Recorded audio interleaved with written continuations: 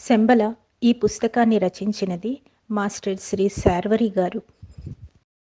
22వ భాగము పఠనము చేస్తున్నది పద్మజ. అధ్యాయం శంబల జీవనం. మీరు ఎంతో శ్రమపడి శంబల గురించి తెలుసుకోవాలని వచ్చారు. మీకు సహకరించడం మా విధి. మిమ్మల్ని కాదనకూడదు, నిరుత్సాహపరచకూడదు. ఇక్కడి జ్ఞానం విద్యగా బయట ప్రపంచానికి అందుతుంది కదా. మొదటి రహస్యం, మీరు చూస్తున్న శంబల ఇక్కడ వాస్తవంగా లేదు. అసలు లేదని కాదు, అది ఉన్నా మీకు కనిపించదు. ఇది అందరికీ కనిపించని మాయా ప్రపంచం, మిస్టిక్ వరల్డ్. కనిపిస్తున్నా లేని లోకం. మీరు నన్ను చూస్తున్నారు, నా అందాన్ని చూస్తున్నారు. నా ఆత్మని వెతకడం లేదు. ఆత్మల్ని ఆత్మతో వెతికే వారికి శంబల కనిపిస్తుంది. మీ జ్ఞాపకాలతో, మీ జ్ఞానంతో నన్ను అంచనా వేస్తున్నారు. నేను అంచనాలకు అందను. మనిషి రూపంలో కనిపిస్తున్న నేను మనిషిని కాను. చేతికి చిక్కినా అందని అందాన్ని నేను. చేతికి చిక్కని దైవత్వాన్ని నేను. ఊహించలేని పరమాత్మ తత్వాన్ని నేను.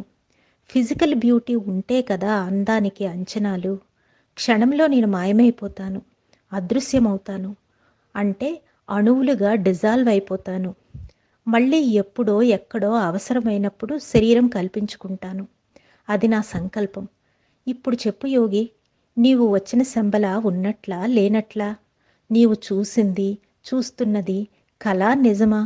జ్ఞానం నీ ఇంట్యూషన్ పరిధిలోనిది కాదు. ఇక్కడ మాకు ప్రేమలుంటాయా అని మీ అనుమానం. మీ ఆలోచనలు ప్రేమకు పరిమితం. మీ శారీరక ప్రేమకు వివాహం అవసరం. మాది విశ్వప్రేమ, ఆత్మగత ప్రేమ. ఇక్కడ మాతాపితృ ప్రేమలు ఎక్కువ. ఇద్దరి ఇంట్యూషన్ కలిస్తే ప్రేమ పుడుతుంది. ప్రేమలో నుంచి ఆత్మ పుడుతుంది. అది పారవస్యం ఫలితం. ఇక్కడ ఆలయాలు దేవాలయాలు కావు, ప్రేమాలయాలు. ప్రేమలపైన ప్రయోగాలు జరిపే ల్యాబొరేటరీలు.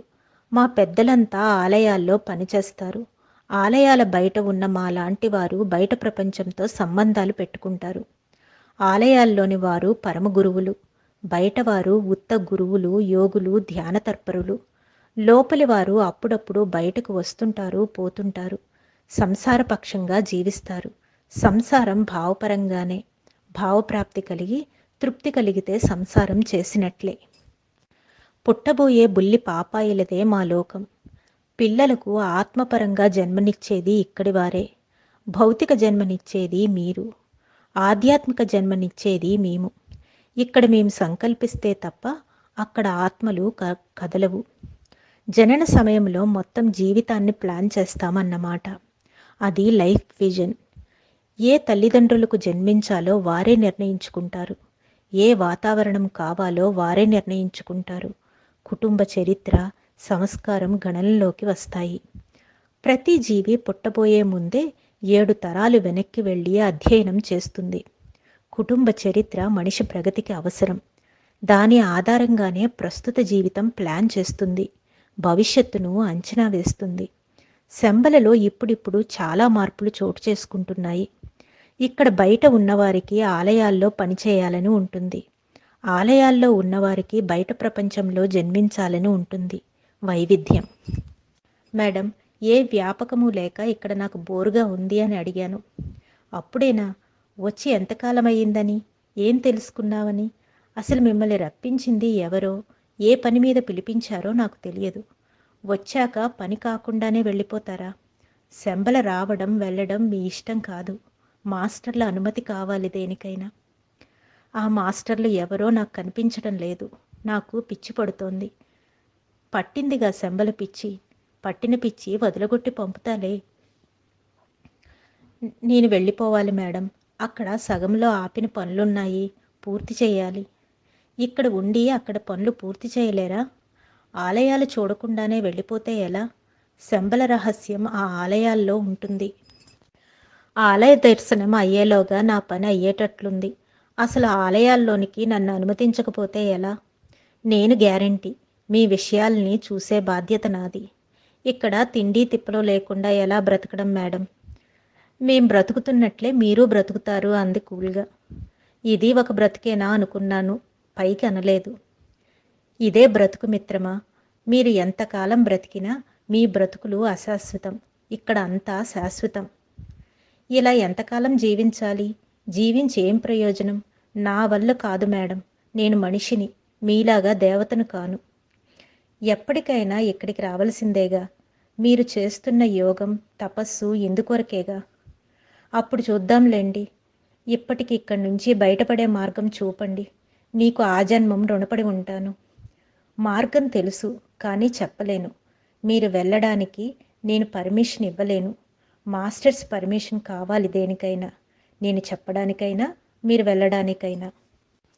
ఆలయాలకు వెళ్ళే మార్గం చూపించండి. వెళ్ళి మాస్టర్స్నే అడుగుతా. మీరు వెళ్ళి అడిగితే వాళ్ళు పలకరు శార్వరి. అసలు నీ కళ్ళకు వాళ్ళెవ్వరూ కనిపించరు. నీ ఆత్మశక్తి ఇంకా ద్విగుణీకృతం కావాలి స్వామి. నాకు చచ్చిపోవాలనిపిస్తుంది. అదైనా చెప్పండి ఎట్లా చావాలో. నా వల్ల కాదు స్వామి, నవ్వుతూ అందే ఆమెగారు. ఏదో సామెత చెప్పినట్లు. పిల్లికి చెలగాటం, ఎలక్కి ప్రాణ సంకటం అట్లా ఉంది నా పరిస్థితి. స్వామి, నువ్వు ఎలకవు కావు, పిల్లి కూనవు, యోగ కూనవు. అయినా మాస్టర్సు ముద్దు పట్టివి, అభిమాన బిడ్డవు కదా. మేడం, వచ్చే జన్మలో మీ కడుపును పుడతాను. నన్ను రక్షించండి. దయచేసి నన్ను వెళ్ళిపోనివ్వండి. అంటే నిన్ను మళ్ళీ కనడం కోసం నేను పుట్టాలా? పురిటి నొప్పులు పడాలనా? భలేవాడివే. ఇక్కడ శంబలలో ఎవరికీ కడుపులు రావు బాబు. ఎవరూ కనరు. అంతా ఆత్మ సంతానం. సద్యో గర్భాలు, సద్యో సంతానం. ఎవరికెవరూ ఏమీ కారు తెలుసా? మేడం, మీరు ఏది చెప్పినా చేస్తాను. దయచేసి నా విషయం కాస్త మాస్టర్లకు రికమెండ్ చేయండి ప్లీజ్. సరే, ఆలయ భూములకు పోదాం పద. ఆలయాలు చూసినట్లుంటుంది. నీ పర్మిషన్ ఏదో నువ్వే తెచ్చుకో. ఆ తరువాత నన్ను మీ ప్రపంచంలోనికి తీసుకుపోతారా స్వామి? మిమ్మల్నా? ఏం తగనా? అక్కడ నాకు బాగానే ఉంటుంది. యోగి, మీతో నేను వస్తాను. నేను ఎక్కడైనా అడ్జస్ట్ కాగలను తెలుసా? వద్దు మేడం, మా ప్రపంచంలో కష్టాలు మీరు పడలేరు. మేమే బతకలేక చస్తున్నాం, చావలేక బతుకుతుంటాం. Horrible life. పర్వాలేదు, కష్టపడతాను. నాకు అనుభవం కావాలిగా. తారామాత వెంట బయలుదేరాను. నా వెంట దేవి బయలుదేరింది. ఈమె గారికి పిల్లలంటే ప్రేమ ఎక్కువే అనుకున్నాను. ఇక్కడ మొగుళ్ళు, పిల్లలు, వాళ్ల మీద ప్రేమలు నామమాత్రం స్వామి. మీలాగా వెంపర్లాడరు. ఎవరికి వారే, ఎవరికి ఎవరూ ఏమీ కారు. ఎప్పుడన్నా ఎక్కడన్నా కనిపిస్తే, గుర్తిస్తే ఓహ్ అనుకుంటారు. అవి బంధాలు కావు, అనుబంధాలు కావు. ఉత్తి ఆత్మ సమీకరణాలు. ఇక్కడ ప్రేమ కామమయం కాదు. మీ ప్రపంచం ప్రేమరహితం, కామపూర్ణం. అంతే తేడా. అందుకే మేడం బోర్ అంటుంది.